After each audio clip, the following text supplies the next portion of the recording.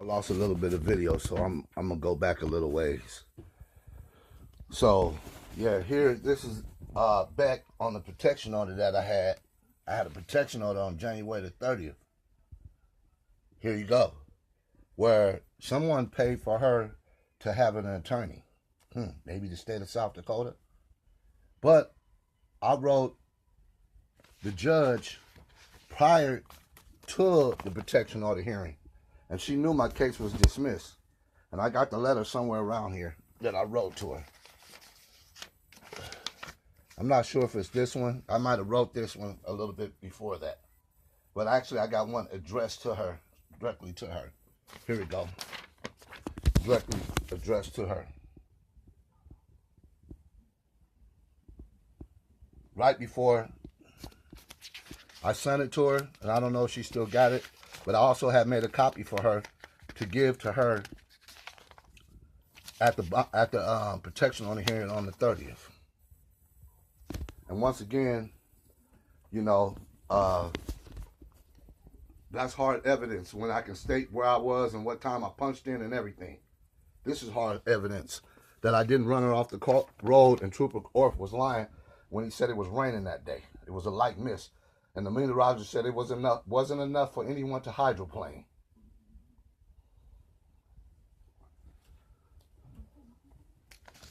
Okay. Now here we go. Now I'm sure Mr. Kravinoff don't want to see this. Is the kind of class of people that he has in his job, where they're going around and doing personal things for police department.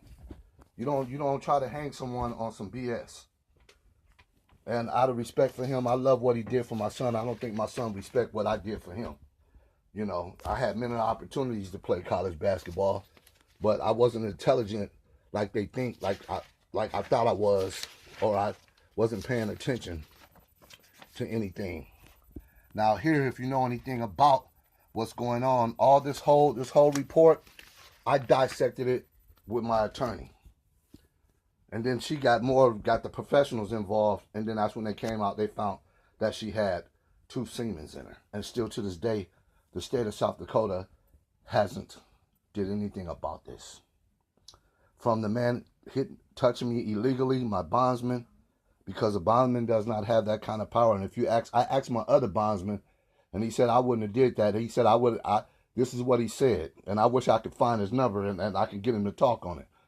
He said, Rick, I wouldn't have did that because I don't have that kind of power. If you committed a crime, that's up to the law. And if the court violated your bond, he would have to get something from the judge before he can come put his hands on me or come and apprehend me. But he told me, he said, Rick, I know you're a more classy person than that. And if you wouldn't have did nothing like that.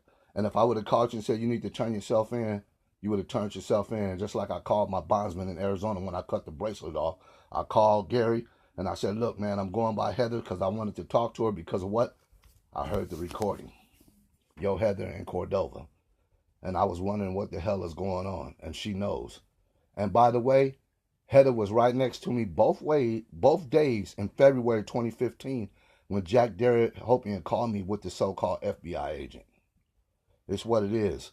You can kill my kids or my brothers or whatever for something and no reason at all. Or you can do whatever to my daughter because I never did anything to my daughter but show all my children love.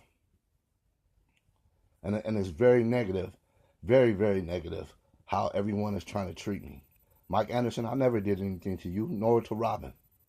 And when I came into your office, I was upset because I had been hearing this recording for quite some time. Yo, Heather in Cordova, and she didn't have class enough when I called her and said my paperwork came up missing. And I knew her name was tapered all over this. And that's the reason why the plot was to kill me in Arizona. And I'm going home to California. I remember when Steve and all them was playing with the guns and all that on the airway. I remember all that. And it's not right that my sister would say that I raped someone and ran her off the road and still, you know, and then to tell my mom, oh, he might kill you and all this, and that's some very ignorant shit. It's very foul. And very foul for Michael Jensen to get involved in something that's not none of his business, but I think his hand was forced. It's what it is. 106 / The Dark Knight channel. Marty Jackley, you have a mess. You are a messy individual. You are a very messy individual. And John Thune, you're no different. And I can't believe that this day and age, and this we're on the brink of war, you want my black brothers and Latinos and Native American and all people of color to put on a uniform and go fight for you guys, for your wealth, for your dollar, for your petrodollar. I cannot believe that. And yeah, I said it. Your own European people hate you. The mass of the people hate America.